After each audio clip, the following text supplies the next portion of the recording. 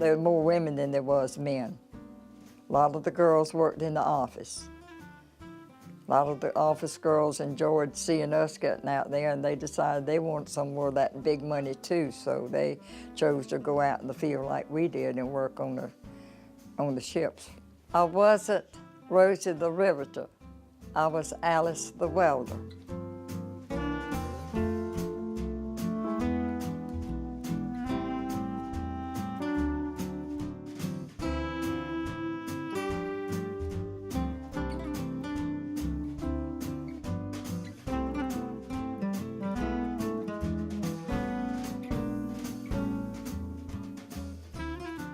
With World War I, the Navy Yard achieved its first benefits for the city because it attracted about 10,000 workers that were brought in to construct small and medium-sized vessels, repair vessels, and then it also had a training facility for sailors, and it also had a uniform factory, about 1,000 women.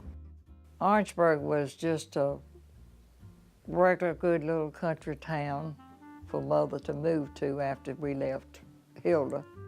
The house we lived in, it was a living room, bedroom, and kitchen.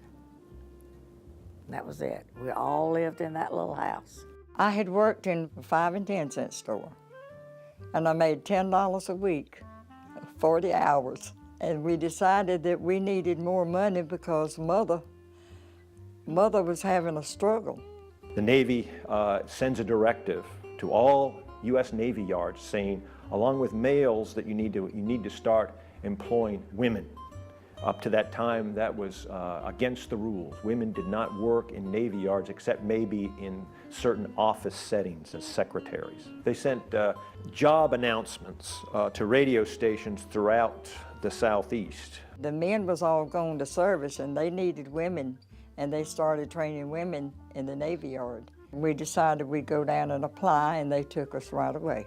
In the spring of 1942, the first women recruits are brought in to begin changing the social fabric of the Navy Yard, and to some degree, the fabric of the city. We had a change of salary at that time, $5.50 an hour, compared to $10 a week.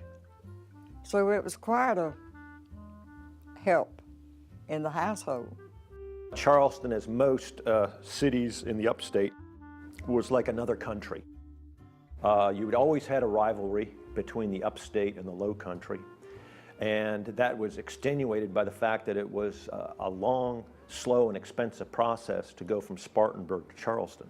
Mr. Bryce Bates was the driver of a van, and he had 9 people in that van. Alice and myself was the only 2 women in that station wagon of men.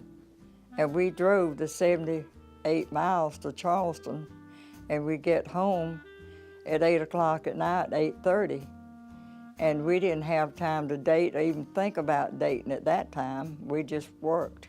Once we were in the war, we were already thinking ahead that we would have to reinvade islands that the Japanese occupied, and we had to get back into Europe. And so we needed these big landing craft that could hold a regiment of soldiers or Marines, that could carry tanks and vehicles and many other things. And so they began by building landing ship tanks, LSTs. It was a site of work, work, work, because they were needing these ships as fast as they could be built. We went in this great big double gate, and on one side would be the welding shop, the other ship fitter shop, the electrician shop. There was always music to march us in and march us out every afternoon. Good music. We just go clickety-clock down in there. I wore overalls, a long sleeve shirt, and I had my welding jacket and my gloves and my helmet.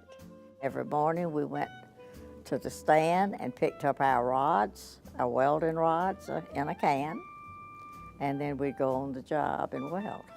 We were just 90 pounds each, And we were the smallest, and they had close quarters to put the ladies in to do the welding because the men couldn't get in there and do it.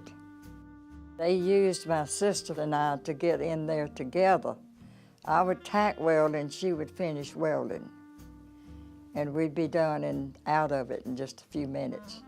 There was areas that it wasn't too safe, really. And you did not take any chances. You had to do what they told you. When you weld on galvanized, not the regular metal, not the regular steel, it's the galvanized.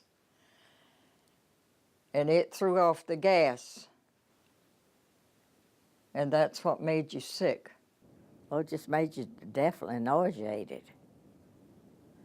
And they made you drink milk to cataract it. I had a couple of injuries during that time, but it was nothing elaborate, nothing to slow me up. I was young and I could take it. And it was just the fact that we were doing things that other people could not do. Big men could not get in there and do what they needed done. It was hard work, but by the grace of God, He gave me strength to do the work and do it well. I had on my jacket, underneath my flight suit,